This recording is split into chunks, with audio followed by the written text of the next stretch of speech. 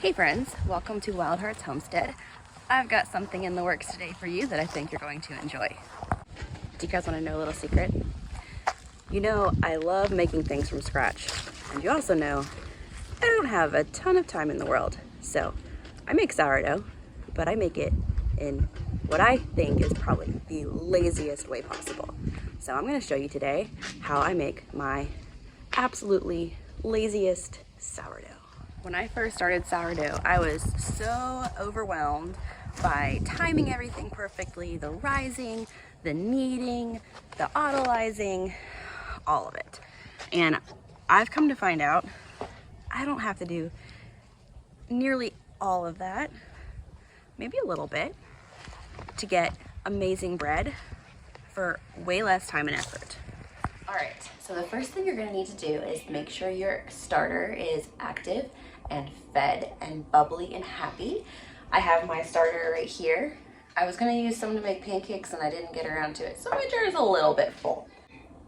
So go ahead and grab your favorite sourdough bread recipe. If you don't have one, I'm going to link the one below that I prefer to use so that you have that and you can follow along. Let's get started.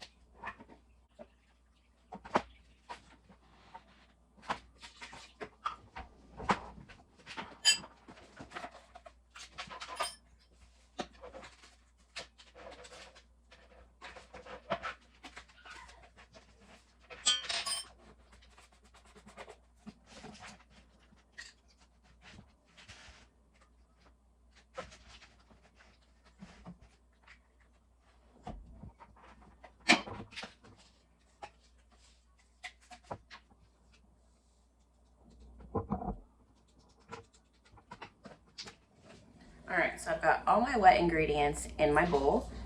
I'm going to put it into my stand mixer. And if you don't have a stand mixer, you can totally do this by hand. So I put all the ingredients in here except for flour.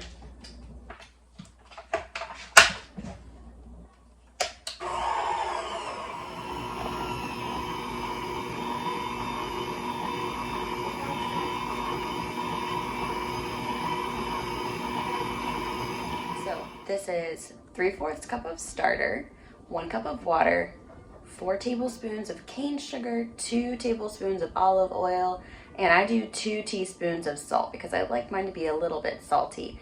Now I'm gonna add in 3 cups of flour and then we're gonna mix it again.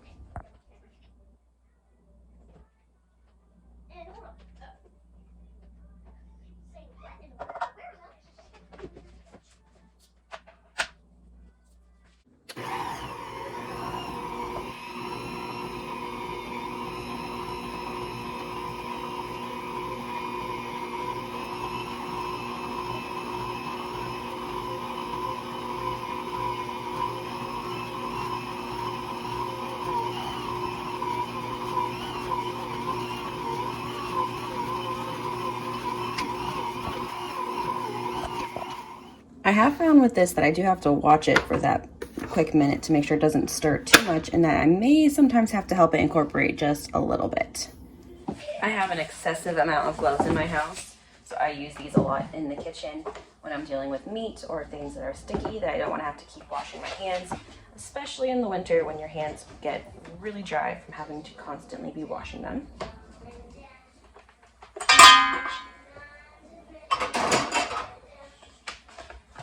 So all I'm going to do is take my fingers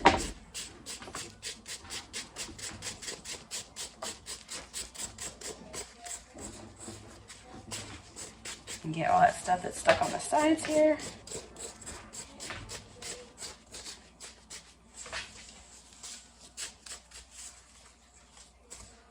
Just make sure it's all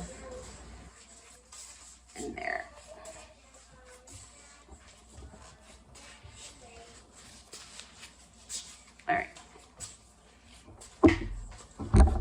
So I do the 30-minute autolyze.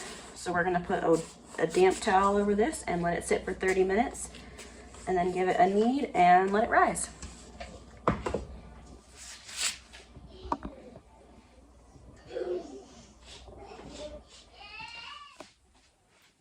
All right, our 30 minutes is up. So for our autolyzed, we're just going to knead this. I'm gonna pull. See if I can do this at a different angle so you can see it over there. So we pull and push.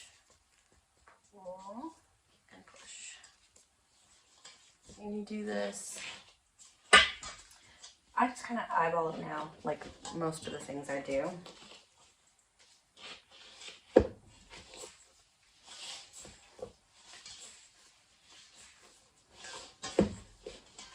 I eyeball it until my dough is looking like dough, like really nice dough. And then once I've kneaded it like that, I flop it over. And now this is going to sit until morning.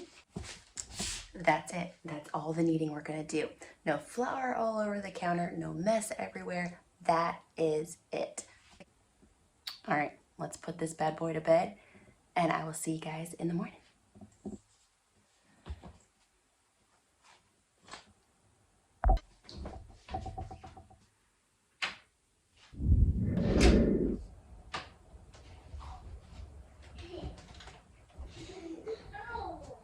Good morning.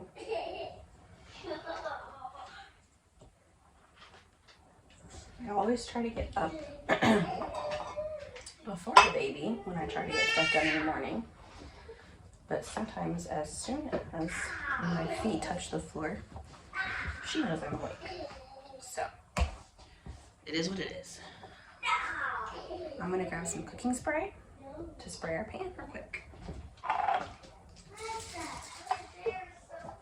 All right, I'm gonna spray this real quick. Sorry for my voice. I woke up with like a really gravelly cough voice starting here. All right, so we're just gonna get this dough into the pan.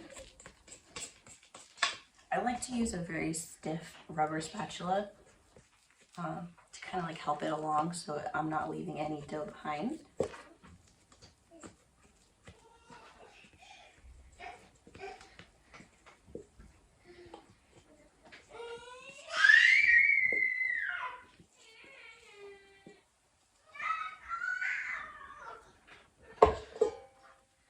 Ideally, I like to leave this in the pan for at least an hour. I am not going to have that much time this morning before I need to get this in the oven. I have to leave in about a little bit more than 2 hours. This is going to sit here for about half an hour, just like this. And I'm going to get my oven heated up to 450 while I get ready for the day.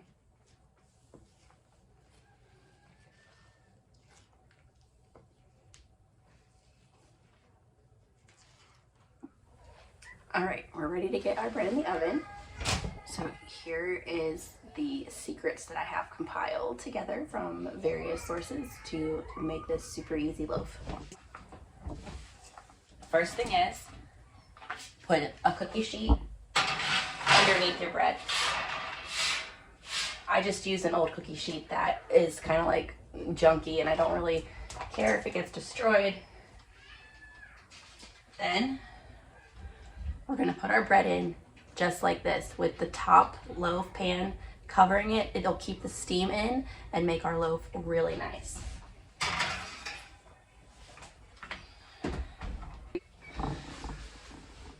Then I set my timer for 45 minutes at 450 degrees.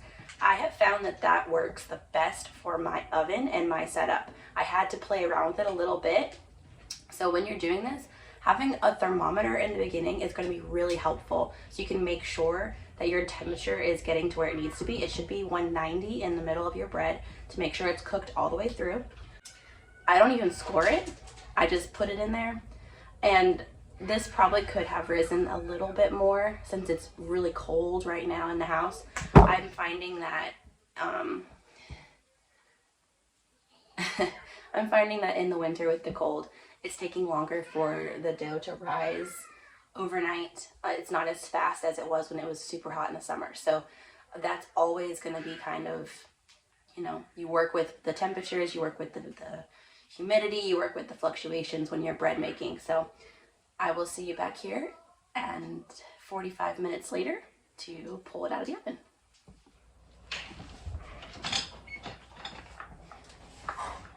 All right, now getting it out might be a little bit tricky.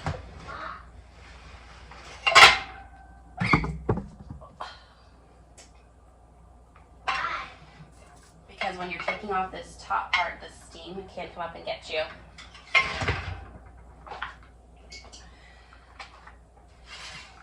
But look at this. Oh, it's so good. I wish you could smell this.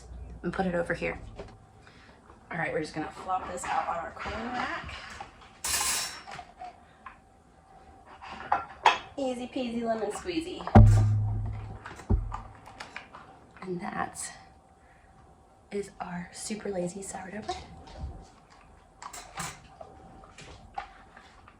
As a little added tip, to keep the crust super soft, what I will do is when it is almost all the way cool but still a little bit warm, slide it into a Ziploc bag and seal it, and that will make the crust super soft. If you enjoyed this sourdough adventure, our gluten-free sourdough adventure is starting very soon. I'm hoping to start filming that today. So if you would like to, feel free to subscribe so you'll get that notification when that one comes out.